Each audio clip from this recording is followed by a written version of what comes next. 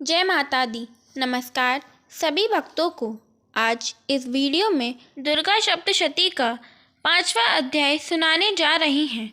इस वीडियो में दैत्य शुंभ और निशुंभ के सताए हुए देवताओं ने माँ भगवती की स्तुति की और माता को प्रसन्न किया। तो सुनते हैं इस स्तुति को, जिसका पाठ करने से या श्रवण करने से माँ दुर्गा प्रसन्न हो जाती हैं।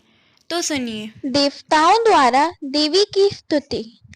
महर्षि मेघा ने कहा, पूर्व काल में शुंभ निशुंभ नामक असुरों ने अपने बल के मद इंद्र का त्रिलोकी का राज्य और यज्ञों के भाग छीन लिए और वह दोनों इसी प्रकार सूर्य, चंद्रमा, धर्मराज और वरुण के अधिकार भी छीनकर स्वयं ही उनका उपयोग करने लगे।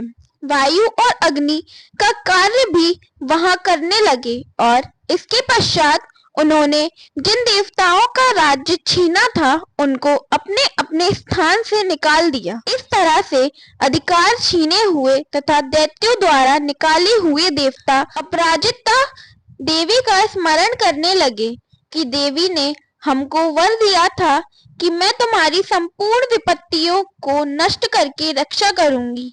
ऐसा विचार कर सब देवता हिमालय पर गए और भगवती विष्णु माया की स्तुति करने लगे।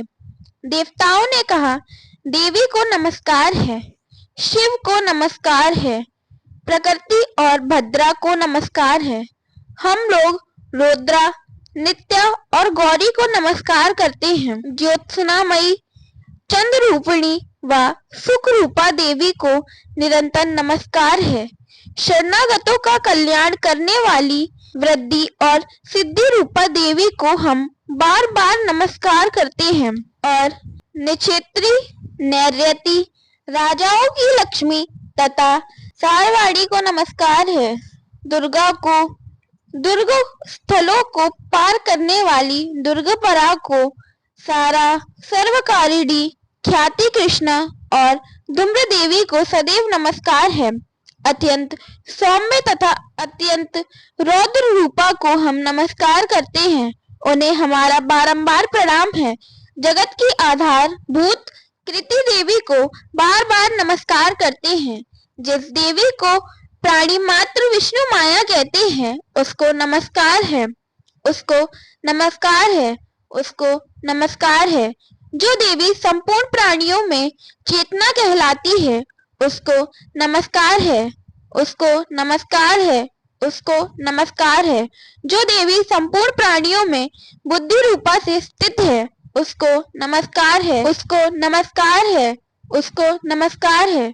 जो देवी सब प्राणियों में निद्रा रूप से विराजमान है उसको नमस्कार है, उसको नमस्कार है, उसको नमस्कार है। जो देवी संपूर्ण प्राणियों में क्षुधा रूप से विराजमान है उसको नमस्कार है, उसको नमस्कार है, उसको नमस्कार है। जो देवी संपूर्ण प्राणियों में छाया रूप से स्थित है उसको नमस्कार है, उसको नमस्कार है, उसको नमस्कार है। जो देवी सब प्राणियों में शक्ति रूप से स्थित है उसको नमस्कार है, उसको नमस्कार है, उसको नमस्कार है। जो देवी संपूर्ण प्राणियों में तृष्णा रूप से स्थित है उसको नमस्कार है, उसको नमस्कार है, उसको नमस्कार है। जो देवी सब प्राणियों में शांति रूप से स्थित है उसको नमस्कार है, उसको नमस्कार है, उसको नमस्कार है। जो देवी सब प्राणियों में जाति रूप से स्थित है उसको नमस्कार है, उसको नमस्कार है, उसको नमस्कार है। जो देवी सब प्राणियों में लज्जा रूप से स्थित है उसको नमस्कार है, उसको नमस्कार है, उसको नमस्कार है।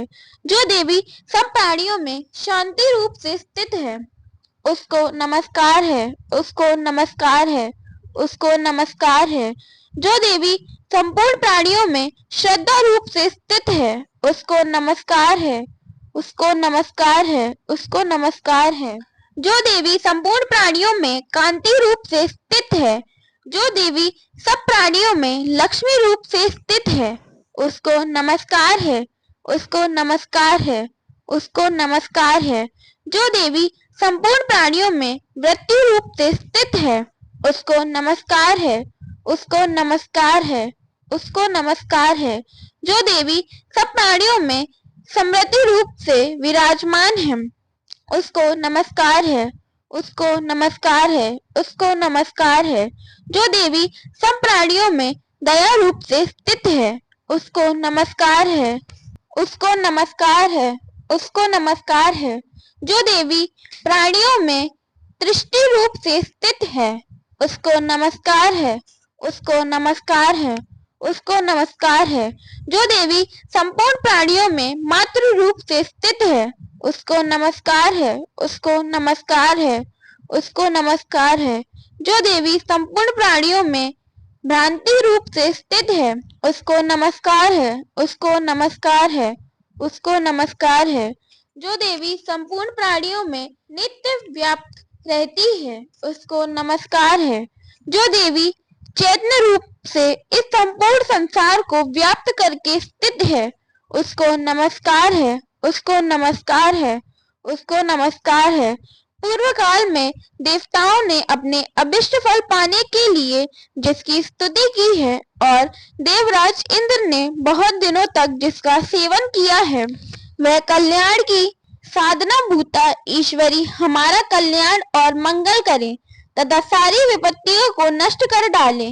असुरों के सताए हुए हम संपूर्ण देवता उस परमेश्वरी को इस समय नमस्कार करते हैं तथा जो भक्ति पूर्वक स्मरण किए जाने पर तुरंत ही सब विपत्तियों को नष्ट कर देती हैं, वह जगदम्बा इस समय भी हमारा मंगल करके हमारी समस्त विपत्तियों को दूर करे। महर्षि मेघा ने कहा है, हे राजन, इस प्रकार सब देवता स्तुति कर रहे थे तो उसी समय पार्वती देवी गंगा में स्नान करने के लिए आईं। तब उनके शरीर से प्रकट होकर शिवा देवी बोली, शुंभ दैत्य के द्वारा स्वर्ग से निकले हुए और निशुंभ से हारे हुए यह देवता मेरी ही स्तुति कर रहे हैं। पार्वती के शरीर से अंबिका निकली थी, इसलिए उसको संपूर्ण लोक में कौशिकी कहते हैं। कौशिकी के प्रकट होने के पश्चात पार्वती देवी के शरीर का रंग काला हो गया और वह हिमालय पर रहने वाली कालिका देवी के नाम से प्रसिद्ध हुई।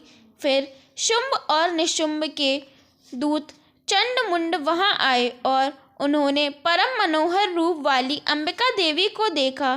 फिर वह शुंभ के पास जाकर बोले, महाराज, एक अत्यंत सुंदर स्त्री हिमालय को प्रकाशित कर रही है। वैसा रंग रूप आज तक हमने किसी स्त्री में नहीं देखा। हे असुरेश्वर, आप यह पता लगाएं कि वह कौन है और उसको ग्रहण कर लें। वह स्त्री स्त्रियों में रत्न है।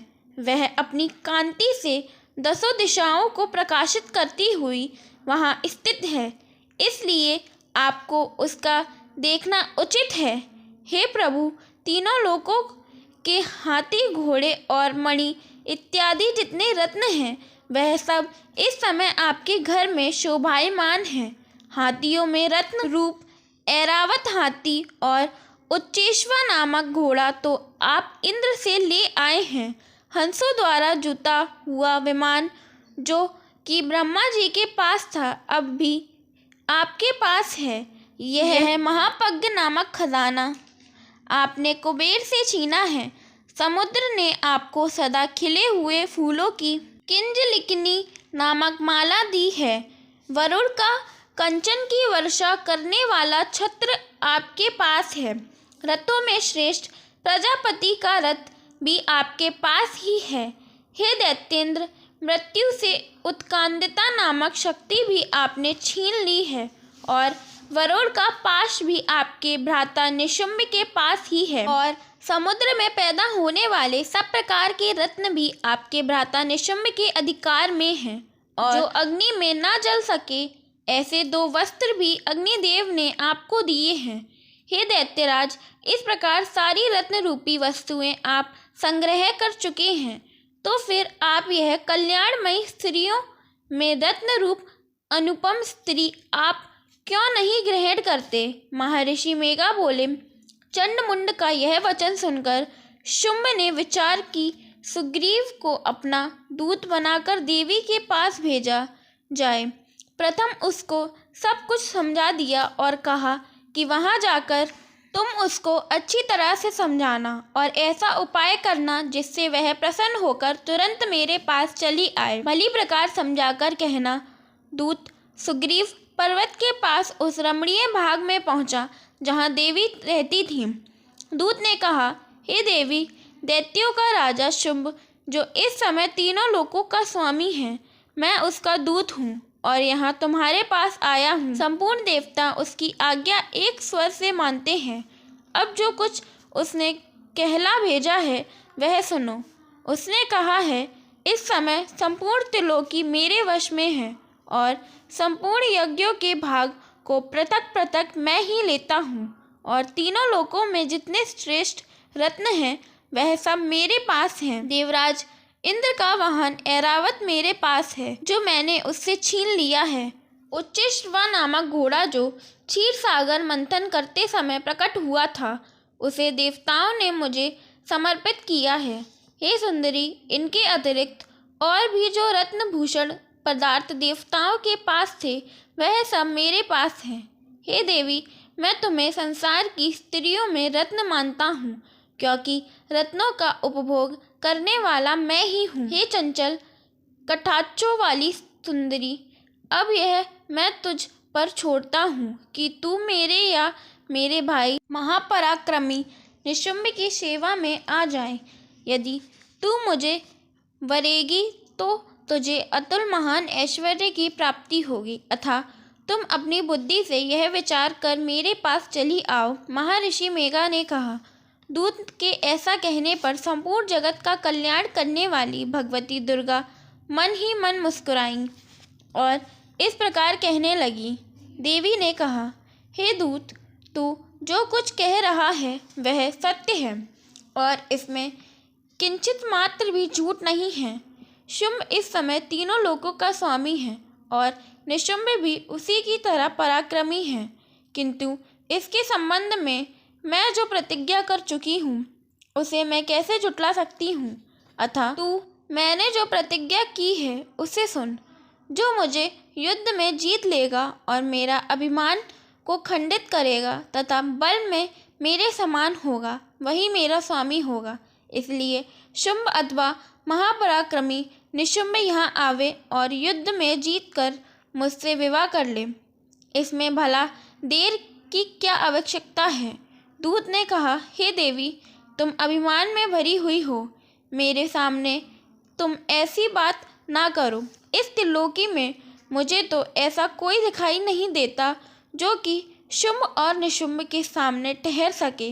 हे देवी, जब अन्य देवताओं में से कोई शुंभ व निशुंभ के सामने युद्ध में ठहर नहीं सकता तो फिर तुम जैसी स्त्री उनके सामने रणभूमि में ठहर सकेगी। जिन शुंभ आदि असुरों के सामने इंद्र आदि देवता नहीं ठहर सके तो फिर तुम अकेली स्त्री उनके सामने कैसे ठहर सकोगी। अतः तुम मेरा कहना मानकर उनके पास चली जाओ, नहीं तो जब वह तुम्हें केश पकड़कर घसीटते हुए ले जावेंगे तो तुम्हारा गौरव नष्ट हो जाएगा। इसीलिए मेरी बात मान लो। देवी ने कहा, जो कुछ तुमने कहा ठीक है। शुंभ और निशुंभ बड़े बलवान हैं, लेकिन मैं क्या कर सकती हूँ क्योंकि मैं बिना विचारे प्रतिज्ञा कर चुकी हूँ। इसलिए तुम जाओ और मैंने जो कुछ कहा है वह सब आदरपूर्वक असुरेंद्र से कह दो। इसके पश्चात जो वह उचित समझे करें। इसके साथ दुर्गा सप्तशती का 5वां अध्याय संपूर्ण होता है। जय माता दी।